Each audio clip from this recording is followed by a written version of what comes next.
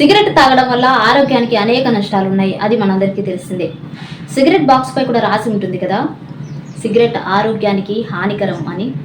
అయినప్పటికీ సిగరెట్ ప్రియులు మాత్రం దాన్ని వదలరు.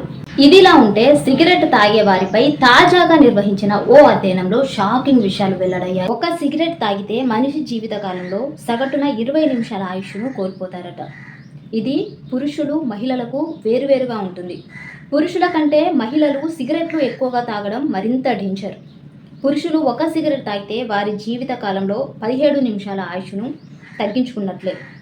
అదే మహిళల విషయానికి వస్తే వారు ఒక సిగరెట్ తాగితే వారి జీవిత కాలంలో 22 నిమిషాల సమయాన్ని కోల్పోతారు.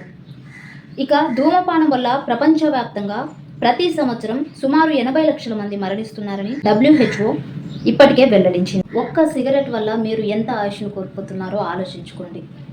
ఇకనైనా ధూమపానానికి దూరంగా ఉండండి.